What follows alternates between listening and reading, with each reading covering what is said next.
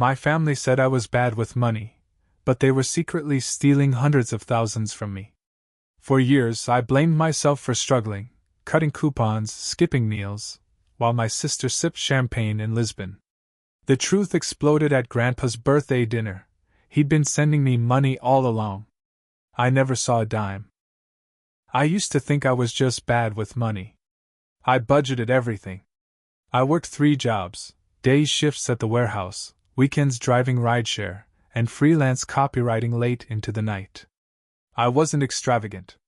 I bought groceries on sale, wore shoes until the soles thinned, skipped weddings because I couldn't afford the travel. And yet, I was always barely scraping by. Rent, student loans, insurance, it all kept me spinning. At family dinners I was the humble one, the quiet one.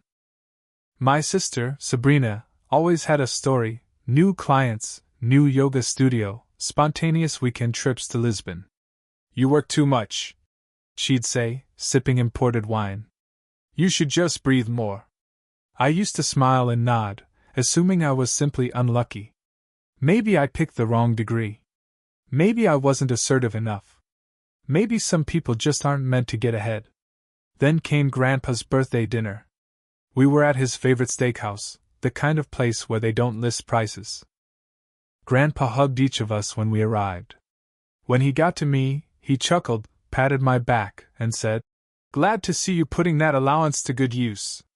You always were the saver." I pulled back a little. "Allowance?" He waved it off like I was being modest. "You know, the monthly $7,000 I send you all. Just wanted you to get a head start in life." I felt my skin go cold. "I've never received anything." There was silence at the table. Forks paused midair. Grandpa furrowed his brow. "Of course you have. I've been sending it since 2019. Direct deposit. Same as Sabrina." Sabrina looked like she'd swallowed a razor blade. "I'll check," I said, pulling out my phone. It didn't take long. I logged into my banking app and scrolled. No deposits. Ever. I pulled up Grandpa's name in my messages. No emails. No transfers. Then I turned to Sabrina. "Sabrina, do you know anything about this?" She didn't meet my eyes. "Maybe it was a mix-up," she said too quickly. "Like maybe the bank linked things wrong. I've had issues like that." I opened another app, one I rarely used. An old shared family account we'd made years ago for some vacation. I never deactivated it. Sure enough, under authorized accounts, her name was listed next to mine. I pulled up a record. There it was, $7,000 on the 15th of each month, every month for 4 years. Redirected. Quietly. Consistently. Everyone stared as I turned the screen toward Grandpa. "Your money has been going into Sabrina's account," I said evenly. "Since day one." His face drained of color. "What? I thought I was broke because I didn't work hard enough," I said, my voice shaking. "Turns out I was being robbed." Sabrina started talking fast, something about consolidating, or Mom said it was easier this way. But the room had shifted. The energy was dense. Ugly. Grandpa asked for the statement copies. I sent them to him without hesitation. No yelling. No drama. Just truth, finally spoken. I wasn't unlucky. I was systematically cut out. And the person who did it was sitting across from me, wearing a $900 blazer I probably helped buy. They tried to bury it like it was a misunderstanding. The next day, Sabrina sent a group message to the family. "Just want to clear the air. There was a bank mix-up years ago that no one noticed. I'm working on fixing it. Love you guys." Fixing it? She'd stolen almost $340,000. That's not a typo. That's not a mix-up. That's an operation. Mom replied to the thread with some passive-aggressive comment about how we shouldn't let money ruin family unity. She added a little heart emoji, like that would smooth over the acid burn. I didn't respond. I didn't need to. Grandpa had already called me that morning, furious, Not at me, but at himself. Your name was on the allowance file, he said. I remember typing it myself. I should have checked sooner. That night, we had dinner again. Smaller crowd. No restaurant, just a family house. The air was thin. Sabrina didn't look at me. Then my phone rang. It was my bank. Hi, Mr. Jensen. We're calling to verify a wire transfer request submitted earlier today, $250,000 from your trust account, flagged for approval. I stood up. I didn't request that. The room froze. I put the call on speaker. The rep continued. The form was submitted online using your login, but we noticed discrepancies in the IP address and confirmation info. We wanted to verify before proceeding. Sabrina shot out of her chair. It was a test. I was checking to make sure everything was secure. I just stared at her. You tried to empty my trust. She looked at Mom like she was waiting for a script. Mom didn't flinch. Sabrina was trying to help simplify things. She said, It's better if she handles the big picture money. You're always so busy, Owen. That's when it all clicked.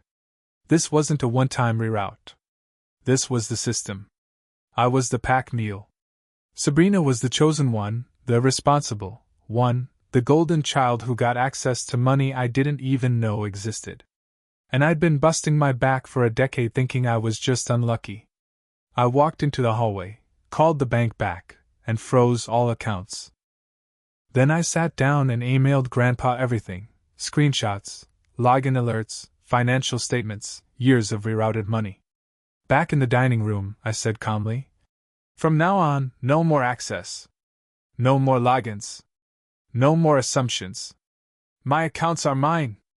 My future is mine. Sabrina laughed brittle. Are you really doing this? Over a few mistakes? A few? She stood, arms folded. I sacrificed a lot for this family. You think managing everything is easy? You didn't manage, I said. You stole. And then you tried to steal again. Mom stepped in with tears welling. We're a family. Don't do this in front of everyone. That's exactly why I'm doing it now, I said. In silence you stole. So I'm ending the silence. I turned to Grandpa. I want a copy of every account linked to my name. Every distribution file. And I want you to remove anyone else from them immediately. He nodded, jaw tight. Done. Sabrina left early, slamming the door. Mom followed, muttering about me being dramatic. But no one else said a word. I didn't need their support. I had something better: control. I walked out of that house without guilt. No yelling. No begging. Just a line drawn so deep it could never be crossed again. I didn't sleep much that week. Not from stress, more like clarity overload. I kept thinking about all the times I'd missed out on things. That vacation to Colorado I turned down because I couldn't afford time off. The business course I skipped because the fee was too high. The girlfriend who left because I was always hustling, never present. I used to blame myself for every shortfall. But now, I was done blaming myself. I spent the next 5 nights combing through everything. Old emails. Forgotten logins. Paperwork from my 20s I'd stuffed into an accordion folder marked Someday. I started with the monthly transfers Grandpa had mentioned and branched out. It was worse than I thought. Sabrina had access to nearly every financial document with my name on it. She'd been copied on emails I never received. There were digital authorizations I never signed, but my name and birthday were used. She hadn't just redirected funds, she had systemically inserted herself into my financial identity. My mom. She'd helped. I found coordination emails between the two of them. Messages like, "Make sure he doesn't see this one," or "Send from your account, it'll look cleaner." At one point, they listed me as a passive account holder in an internal family spreadsheet I'd never seen. They weren't just stealing money. They were repackaging me as an accessory to Sabrina's life. I got a lawyer. Her name was Priya Shah. Sharp, patient, ruthless in a good way. She didn't flinch when I showed her the files. "This is fraud," she said, flipping through a binder I'd made. "Financial identity theft. And potentially breach of trust, depending on how the original accounts were structured." I nodded. "I'm not after jail time. I just want my name back. My life back. We'll make it clean. Paper trail. Boundaries. Restitution letters. You don't even need to talk to them again if you don't want to." That sounded like heaven. Within 2 weeks, I had new accounts. Sabrina was removed from every joint system. I froze my credit, reissued my social security authorizations, and added dual authentication to everything. Even changed my phone number. Then came the formal letter, to Mom, to Sabrina, and CC'd to Grandpa. It outlined every instance of unauthorized access, every rerouted fund, and demanded full restitution within 60 days. If they didn't comply, Priya would proceed with civil litigation. I didn't deliver it myself. That's what Priya was for. Mom called that night. I let it ring. Then came the text, "I can't believe you do this to your own mother." To which I replied, for the first time in my life, "You're not entitled to me because you gave birth to me. You don't get to break me and call it love." The next day, I received a passive-aggressive Venmo request from Sabrina for a dinner we'd had, in 2018. $8. I took a screenshot and sent it to Priya. She didn't even laugh. She just added it to the file. This wasn't revenge. This was reclamation. They'd been building an empire on my silence. Now I was learning how to build without them. The next invitation came in the form of a group text from Mom. "Sunday dinner. No drama. Just family. I'm making roast." It was a trap, but I went anyway. Not for reconciliation, for closure. When I walked into the house, the energy was off. Too clean. Too curated. Sabrina sat at the head of the table like she owned the place. Mom was fluttering around the kitchen, humming. Dad was silent, as usual. He never picked sides, which meant he always defaulted to Mom's. Then Sabrina cleared her throat. "Before we eat, I just want to say something." I sat down slowly. Didn't touch the water glass. Just listened. "What you're doing," she said, "hurts people. You're trying to punish us for helping you. For organizing things. You've humiliated me." I waited. "I've worked so hard to keep this family functioning," she added, voice cracking just enough to suggest tears might follow. "And now you're making me look like a thief." "You are a thief," I said calmly. "And you're not crying." Her mouth twisted into a smile, thin and bitter.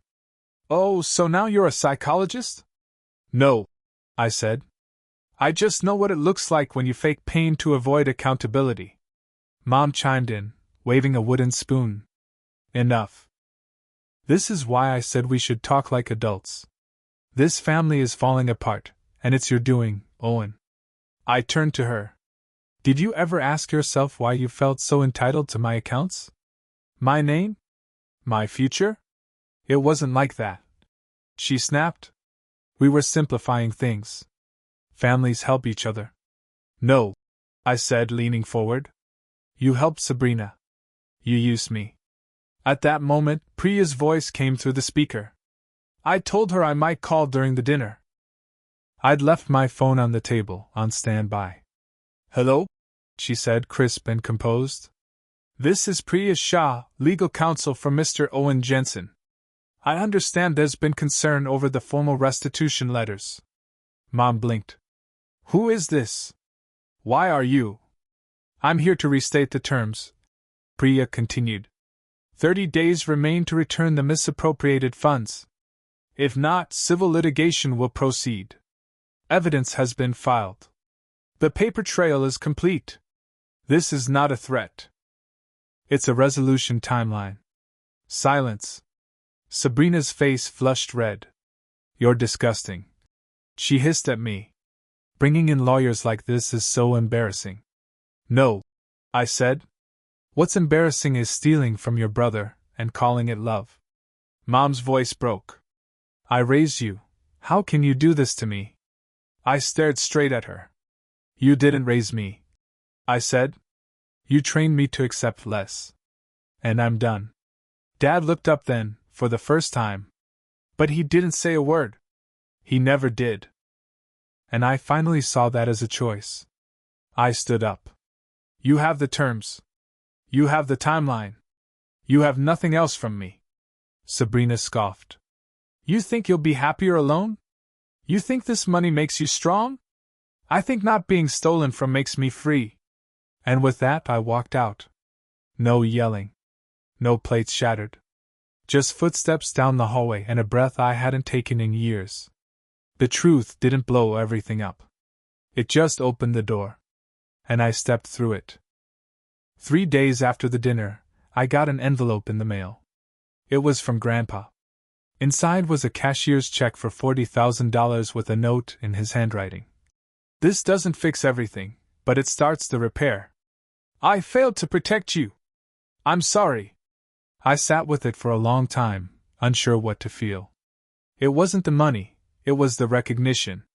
Someone finally saw the theft, the erosion, the years I spent running in place while they handed my road to someone else. I deposited the check but kept the note. Framed it. Then came the online fallout. Sabrina posted some cryptic story on her Instagram, black background, white text. Some people forget who was there for them when they were nothing. Her followers lit up the comments with hearts and "You're so strong" emojis. The next post was a carousel of childhood photos. Me and her on bikes. At the beach. Baking cookies.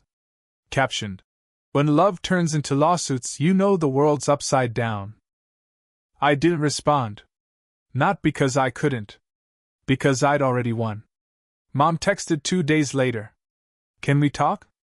This has gone too far. It's affecting Sabrina's job. People are asking questions. I replied once. Then give them answers. She didn't write back. Word spread through the extended family. Aunt Maria reached out privately, said she'd always wondered why I seemed so overworked compared to Sabrina. Uncle Vince left a voicemail that started with, "I don't want to take sides, but," and I deleted it. Let them talk. Let them choose. I was done performing humility to keep the illusion alive. I changed every password. Cancelled every shared account. Called every credit bureau and flagged my file. Blocked Sabrina on everything. Moved money into new institutions. Even deleted the Google Drive folder we all used for family business. Not out of spite. Out of self-respect. It's funny how quiet life becomes when you stop carrying other people's comfort. I had time again. Time to cook. To sleep. To think. One night, I sat at my small kitchen table with a glass of water, just water, and felt more peace than I ever had at any luxury brunch Sabrina had dragged me to. It wasn't about getting even. It was about getting out. I looked around my little apartment, modest, clean, paid for by me and only me. I'd always thought safety came from control. But maybe safety comes from clarity. Knowing who you are. Who you're not. What you'll never allow again. I wasn't the failure anymore. I was the firewall. The system they built on my silence had collapsed. And I didn't raise my voice once. I just stopped apologizing for asking for what was already mine. It's been 2 months since the dinner. The final restitution deadline came and went. No payment. No apology. Priya filed the civil suit last week. Sabrina's lawyer responded with a request to settle, quietly, privately. Grandpa agreed to cover the remaining amount just to avoid court, though he made it clear, this would be the last time he ever cleaned up someone else's mess. I accepted. Not because I wanted to, because I didn't want to waste another year of my life dragging this through litigation. My peace had already been purchased, and I wasn't about to spend it chasing courtroom vindication. The money went into a locked account. No joint access. No advisors, I didn't hire myself. Just me. But money was never the real prize. I taped 5 principles inside my kitchen cabinet the morning the final payment cleared. Just a sheet of printer paper. Nothing fancy. But it felt sacred. Silence is not love. Family is not immunity. You don't owe comfort to people who profit off your discomfort. They can only take what you don't guard. You're not hard to love. You were easy to use. I read them every morning now. Not with bitterness, but with intention. The thing no one tells you about breaking away from a toxic family system is that grief still shows up. Sometimes I'll catch myself reaching for my phone when something funny happens. Wanting to text mom. Or send Sabrina a meme. Muscle memory is strong. But that's all it is, muscle. Not love. Love doesn't sound like you're being dramatic. It doesn't feel like giving up oxygen so someone else can breathe easier. They still try, of course. Sabrina sends the occasional guilt-drenched email. We were just trying to keep things fair. Mom sends articles about estranged children and the cost of holding grudges. One even ended with, hope you find a wife who teaches you how to forgive. I don't reply. Not because I'm angry, but because they're talking to the version of me that used to flinch. That version doesn't live here anymore. Now I work fewer hours, and somehow, I have more money. I still live modestly. Still shop the sales. But the difference is, it's my choice. Not survival mode. Not someone else's blueprint. Just me, building my life with bricks I paid for and walls I chose. This morning, I updated the cabinet list with a 6th principle. When you stop being useful to manipulators, they'll call you broken. That's how you know you're healing. And I smiled. Because for the first time in years, I wasn't behind. I was free.